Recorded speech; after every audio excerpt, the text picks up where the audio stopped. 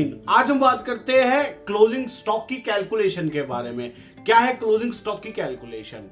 Inventory सबसे common और बहुत ही ज्यादा इंपॉर्टेंट एंड पेनफुल एरिया होता है ऑर्गेनाइजेशंस के अंदर। इन्वेंट्री, हमें इन्वेंट्री को मैनेज करके चलना होता है कि हमारी जो इन्वेंट्री है इक्विवेलेंट टू कैश है, मतलब हार्ड मनी है हमारे पास, जो हमने पैसा देके इन्वेंट्री खरीदी है उसी को प्रोसेसिंग करके उस पे कुछ अपना मार्जिन ऐड अप करके ओवरहेड्स लगाने के बाद हम जिस वैल्यू के ऊपर सेल करेंगे वो हमारा मार्जिन होगा।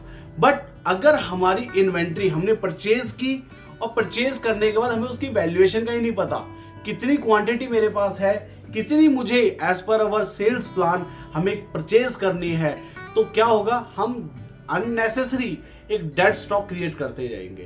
जो हमारा ऑब्सोलीट मटेरियल है वो बन सकता है, डेड स्टॉक बन सकता है, स्लो मूविंग इन्वेंट्री हो सकती है। तो हमारे लिए इंपॉर्टेंट क्या है कि प्लानिंग के अकॉर्डिंग हम अपनी क्लोजिंग स्टॉक के नंबर्स को पहले आइडेंटिफाई करें कि हमारा क्लोजिंग स्टॉक का नंबर मंथ एंड पे कितना स्टॉक है हमारे पास और हमें नेक्स्ट मंथ का टारगेट अचीव करने के लिए कितने स्टॉक की रिक्वायरमेंट है। तो क्लोजिंग स्टॉक कैसे निकलता है?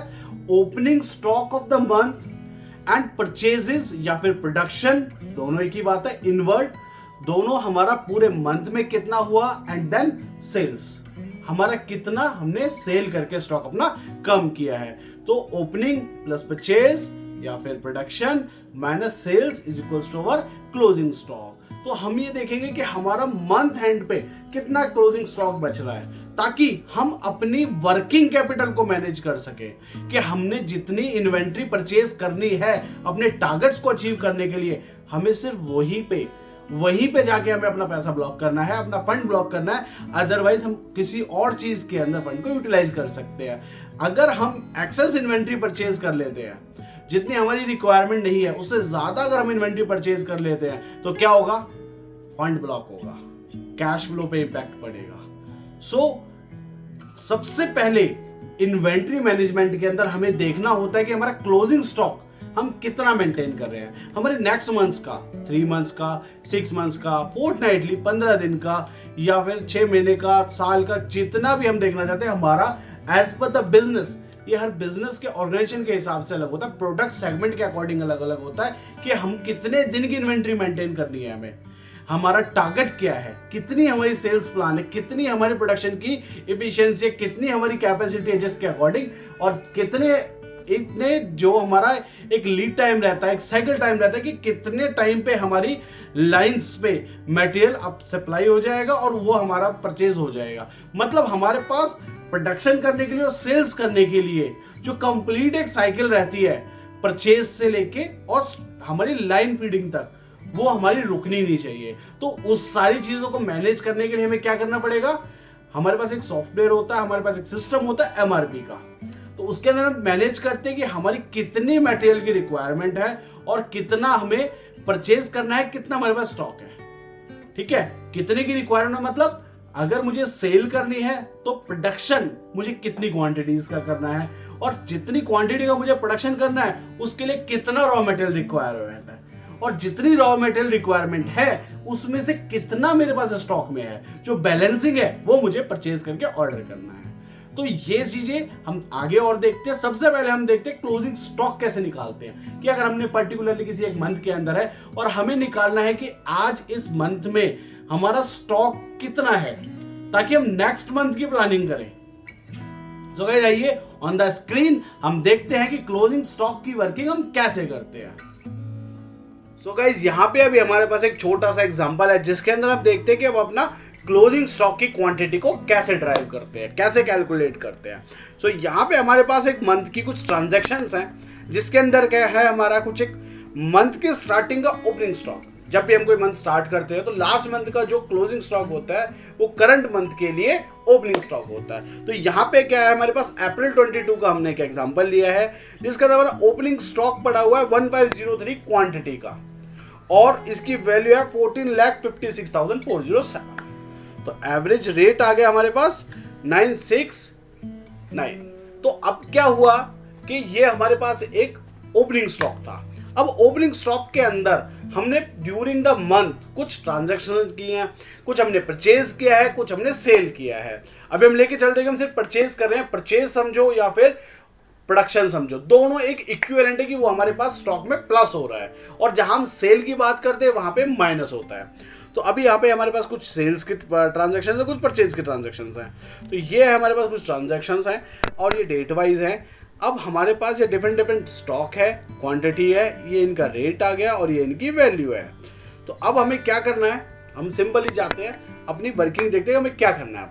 अब हमें ये देखना है कि हमारा जो स्टॉक है, अब हमारा क्लोजिंग स्टॉक क्या है। पूरे मंथ में हमने ट्रांजैक्शन कर ली, लेकिन मंथ एंड पे अगर आज हम 30 अप्रैल पे खड़े हुए हैं और हमें देखना है कि हमने जो हमारे पास एक ओपनिंग स्टॉक था 1503 का, वो प्लस जितना हमने परचेज किया माइनस जितना हमने सेल किया, at the end of the month मेरे पास क्या स्टॉक बचा है, ताकि मैं नेक्स्ट मंथ की प्लानिंग के अंदर उस स्टॉक को एडजस्ट कर सकूं और उस स्टॉक को एडजस्ट करने के हिसाब से मैं अपनी आगे के कैश फ्लो, फंड फ्लो और अपनी जो वर्किंग कैपिटल उसको मैनेज कर सकूं, ताकि मेरे को पैसा कम खर्च करना पड़े और मेरा जो मिनिमम कॉस्ट के ऊपर जो मैक्सिमम जो मेरा सेल्स टारगेट है मैं उसको अचीव कर पाऊं इफेक्टिवली मटेरियल प्रिक्योरमेंट के यूटिलाइजेशन पे।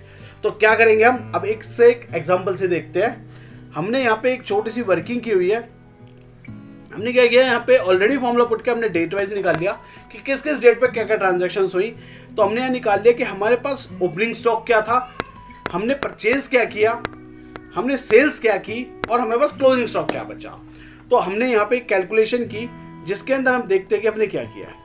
हमने सबसे पहले 1503 हमारा ओपनिंग स्टॉक था, ये ले लिया। उसके बाद हमने परचेजेस ले ली with the help of SUMIF function. हमने क्या किया, सम इफ का फंक्शन यूज किया और अपनी जितनी भी डेट वाइज थी हमने अपने परचेजेस की क्वांटिटी ले आए। इन द सिमिलर मैनर हमने अपनी सेल्स की क्वांटिटी भी लेके आ गए हम। अब थर्ड हमने फॉर्मूला लगाया है ओपनिंग स्टॉक प्लस जो हमारी परचेजेस है, या फिर हम परचेज लेंगे या फिर हम लेंगे प्रोडक्शन, उसके बाद माइनस कर दिया हमने सेल्स से। तो क्या है हमारे पास क्लोजिंग स्टॉक, जितना मेरे पास टोटल है माइनस जितना मैं दे चुका हूं, बेच चुका हूं, तो मैंने स्टॉक माइनस कर दिया, तो मेरे पास आ गया अपना क्लोजिंग स्टॉक। तो ये हमारे पास क्लोजिंग स्टॉक आ गया। अब क्या, ओपनिंग तो हमारे पास 1503 था। अब यहां पे 2 तारीख को 2 अप्रैल को हमारे पास 2906 का स्टॉक कैसे आ गया भाई। अब कैसे है वो देखते हैं। 1 तारीख को हमारा स्टॉक था ओपनिंग 1503 का, प्लस हमने उसके अंदर ऐड किया 1403। हमने कुछ और परचेज किया लेकिन हमने कुछ सेल नहीं किया, तो क्या हुआ, इन दोनों को ऐड किया हमने, ये हमारा हो गया स्टॉक। 1 तारीख का स्टॉक हो गया 2906।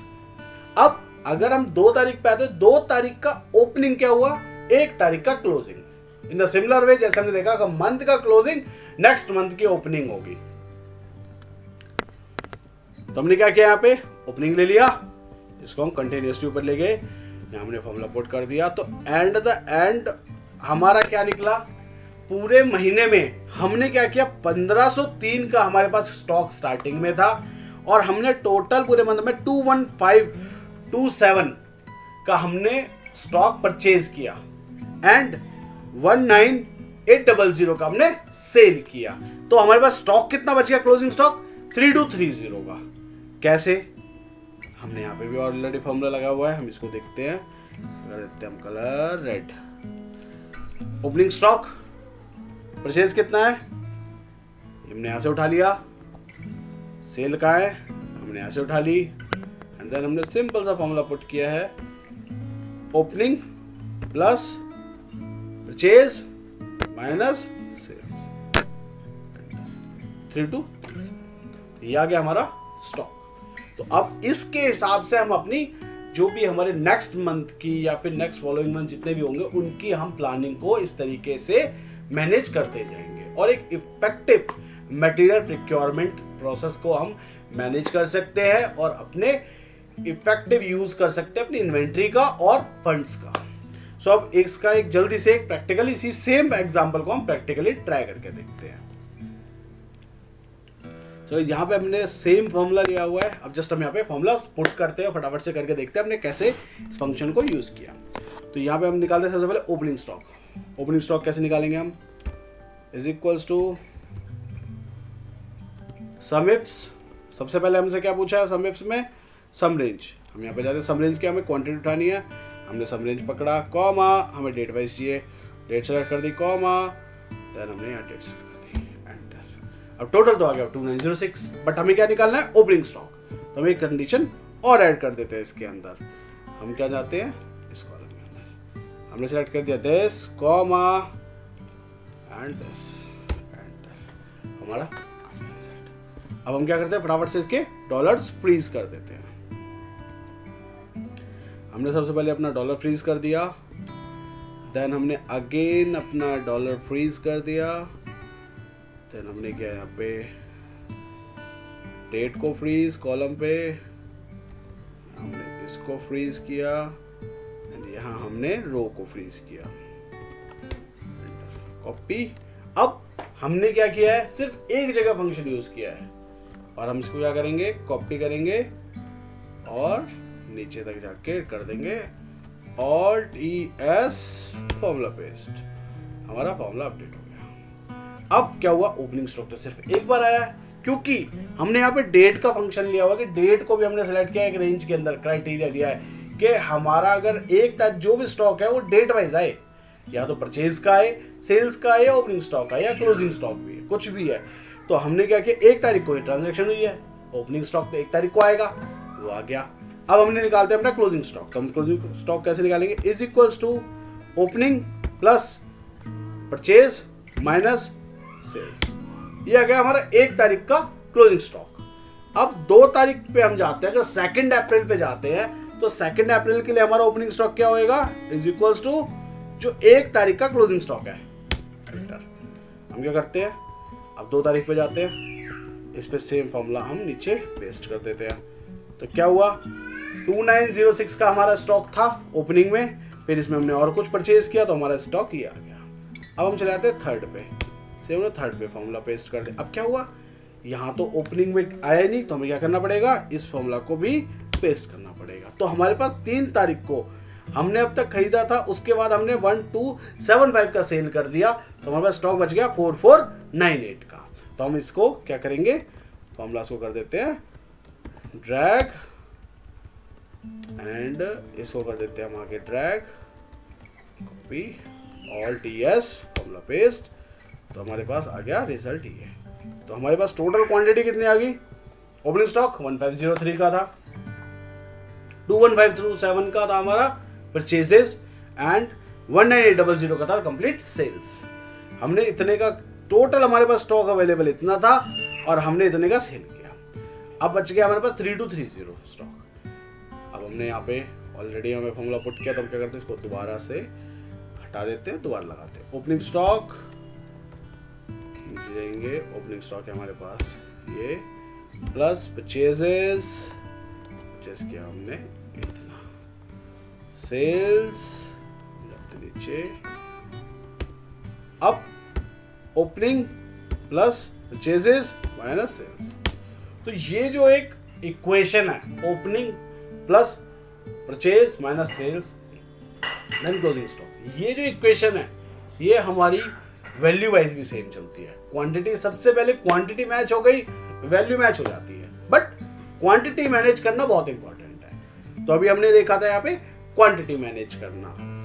तो अब इस जो भी हमने क्वेश्चन के जो वर्किंग किया कि हमने पर्टिकुलरली मंथ पे हमारे पास स्टॉक है 3230 का, तो अब क्या करेंगे हम, नेक्स्ट मंथ में जो भी हमें सेल करना है और जो हमारा प्रोडक्शन का प्लान है सेल प्लान के अकॉर्डिंग, उसमें से हम 3230 की स्टॉक क्वांटिटी को एडजस्ट कर लेंगे। उतने का इन्वेंट्री हम कम करेंगे, उतनी की इन्वेंट्री हम परचेज नहीं करेंगे, ताकि हम इस वाली ओल्ड इन्वेंट्री को यूटिलाइज करें और अपने फंड को मैनेज कर सकें। अब नेक्स्ट वीडियो के अंदर हम इसके अंदर आगे फर्दर देखते हैं कि हम क्वांटिटी वाइज कैसे जाते हैं। एक मंथ का हमारा सेल्स प्लान लेंगे हम एग्जांपल में, और 2-3 महीने के क्वार्टर का सेल्स प्लान लेंगे, और हम कैसे इसको मैनेज कर सकते हैं। वर्किंग कैपिटल मैनेजमेंट हम कैसे करेंगे इन्वेंट्री के केस के अंदर। सो गाइज, ये था हमारा क्लोजिंग स्टॉक की कैलकुलेशन का फंक्शन क्वांटिटी वाइज।